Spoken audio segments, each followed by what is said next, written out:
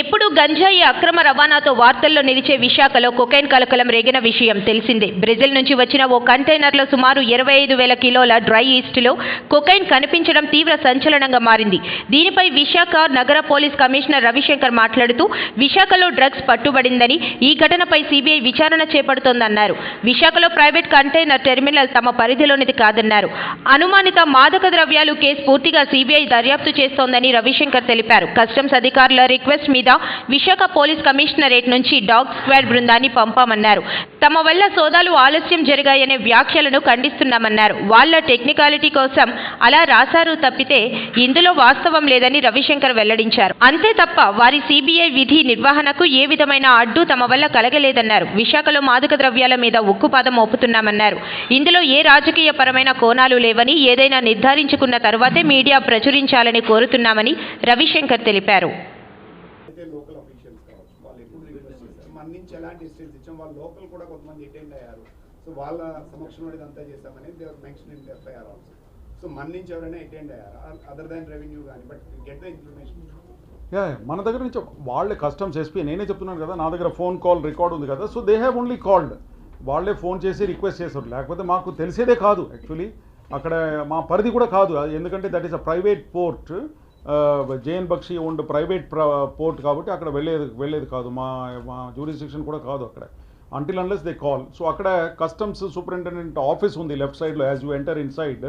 So customs superintendent called us for the requested for the dog squad అండి. ఆ dog squad ఇక్కడ నుంచి DSP ఏఆర్లో ఉంటారు కదా, ఆర్మ్డ్ రిజర్వ్లో, వాళ్ళు తీసుకొని వెళ్ళారు.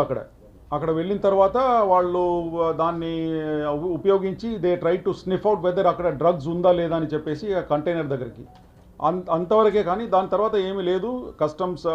సిబిఐ డిఎస్పీ గారు అన్నారు మాకు అవసరం లేదు దీని వల్ల, ఎందుకంటే కన్ఫర్మేటరీ టెస్ట్ కావాలని చెప్పేసి, ఇది మాకు ప్రయోజనం లేదని చెప్పేసి వాళ్ళ సిఎఫ్ఎస్ఎల్ ఉంది, వాళ్ళది సెంట్రల్ ఫోరెన్సిక్ సైన్స్ లెబారెటరీ, అక్కడ పంపించుకొని చేసుకుంటామని చెప్పిన తర్వాత మేము వెనక్కి వచ్చేసాం. స్థానిక అధికారులు, స్థానిక రిప్రజెంటేటివ్స్ రావడం వల్లే ఆలస్యమైందని చెప్పి అది నిజంగా అక్యూజ్ చేసినట్టే. దానికి ఏంటి, కేవలం మీరు ప్రెస్ మీట్ పెట్టి సరిపోతుందా? దాని మీద సిబిఐకి ఏమైనా లెటర్ రాస్తారా? ఎందుకు అట్లా మెన్షన్ చేశారో దానికి వాళ్ళ నుంచి ఏమైనా ఎక్స్ప్లెనేషన్ ఇప్పిస్తారా? అది సిబిఐ ఆఫీషియల్స్లో కూడా ఆల్రెడీ మాట్లాడుకున్నాము. మీరు కూడా మాట్లాడి కనుక్కోవచ్చు, వాళ్ళు చెప్తారు మీకు సమాధానం వాట్ ఈజ్ ఇట్ అని చెప్పేసి. మేము కూడా మాట్లాడుకున్నాము. వాళ్ళ ఏమంటారు, అక్కడ వీడియోగ్రఫీ ఏదైతే చేస్తున్నప్పుడు అదే టైంకు మన డాగ్ స్క్వాడ్ ఏదైతే ఉందో, డాగ్ స్క్వాడ్ తర్వాత లోకల్ అక్కడ ఉన్న ఏమంటారు దట్ జేఎన్ బక్షి వాళ్ళ పోర్ట్ ఆఫీషియల్స్ అందరు కూడా అదే టైంకి అక్కడ వచ్చినప్పుడు వాళ్ళ వీడియో ఏదో ఇంటరప్ట్ అయిందట. దానికోసం వాళ్ళు రాసుకున్నారు, because they have to explain the process of videography. దాంట్లో ఏదైనా ఏమంటారు అది బ్రేక్ ఏదైనా వచ్చిందంటే దాన్ని ఎక్స్ప్లెనేషన్ కోసం అట్లా రాసుకున్నారు. కానీ that is a technical this thing for the seizure procedure కండి. ఏదైతే వీడియో తీస్తున్నప్పుడు మధ్యలో బ్రేక్ ఏదైతే వచ్చిందో దానికి ఈ విధంగా రాసుకున్నారు, కానీ వేరే ఏం లేదు. ఇదే ఎక్స్ప్లెనేషన్ వాళ్ళు కూడా మాకు చెప్పారు. మీరు కూడా వాళ్ళకు ఫోన్లో చేసేసి అడగండి, వాళ్ళు మీకు చెప్తారు సమాధానం. ఓకే, అది కాకుండా ఇక్కడ పొలిటికల్గా కానీ ఏం లేదు. We are all on deputation to election commission of India. So we are answerable to election commission of India and అంతవరకే. కానీ ఇక్కడ పొలిటికల్గా కానీ ఇక్కడ తర్వాత ఫ్యాక్ట్స్ వెరిఫై చేయకుండా ఎవరు ఇట్లాంటి అది ఇదని ఏమీ మాట్లాడకూడదండి. ఎందుకంటే we are all under election code and we are answerable to the Election Commission of India. So we once again request everybody, press, media, political, everybody, not to leak anything to the media without verifying the facts and unnecessarily it causes commotion.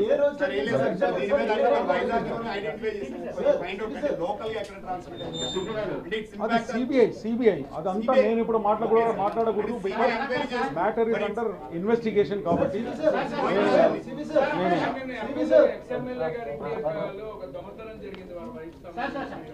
దొంగ దొరికారండి, వాళ్ళ చుట్టాలే. నేను తర్వాత మాట్లాడతాను. Officials అక్కడ ఉండటం వల్ల అక్కడ delay అయిందని చెప్పేసి కొంత ప్రచారం జరుగుతుంది. అది అవాస్తవం. అసలు వాళ్ళు రిక్వెస్ట్ చేశారు, లోకల్ పోలీస్ నుంచి డాగ్ స్క్వాడ్కి రిక్వెస్ట్ పెట్టారు.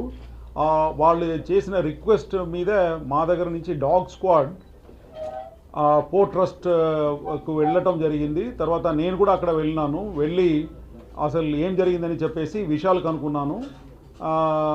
అంతవరకే. కానీ దాని తర్వాత వాళ్ళకు ఈ డాగ్ స్క్వాడ్ అవసరం లేదని చెప్పి అక్కడ ఉన్న డిఎస్పి సిబిఐ, తర్వాత అక్కడ ఉన్న కస్టమ్స్ ఎస్పీ, కస్టమ్స్ సూపరింటెండెంట్ చెప్పడం జరిగింది. దాని మీద వెంటనే రిటర్న్ వచ్చేసినాము. కానీ అక్కడ డిలే అని చెప్పేసి ఏమీ జరగలేదు. తర్వాత ఆ పదం ఏదైతే వాళ్ళు సిబిఐ వాడారో అదంతా కూడా వాళ్ళ టెక్నికల్ టర్మ్స్ అండి.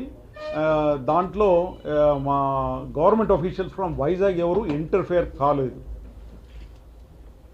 గవర్నమెంట్ ఆఫీషియల్స్ ఫ్రమ్ వైజాగ్ ఎవరు అక్కడ వెళ్ళి ఇంటర్ఫేర్ కాలేదు. సో ఇది ఒక స్పష్టత తీసుకురావడానికి ప్రెస్ మీట్ పెట్టడం జరిగింది. తర్వాత మన వైజాగ్ సిటీలో నార్కోటిక్స్ మీద మేము అసలు ఉక్కుపాదంతో very very firm on investigating and curbing the NDPS related issues in Vizag city as well as in Andhra Pradesh.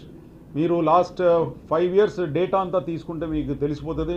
చాలా గట్టిగా స్పెషల్ ఎన్ఫోర్స్మెంట్ బ్యూరో అని గవర్నమెంట్ ఏదైతే ఎస్టాబ్లిష్ చేసిందో వాళ్ళ సహాయం, తర్వాత local police, narcotics control bureau వీళ్ళందరి సహాయంతో acres and thousands of acres of cultivation which was otherwise there in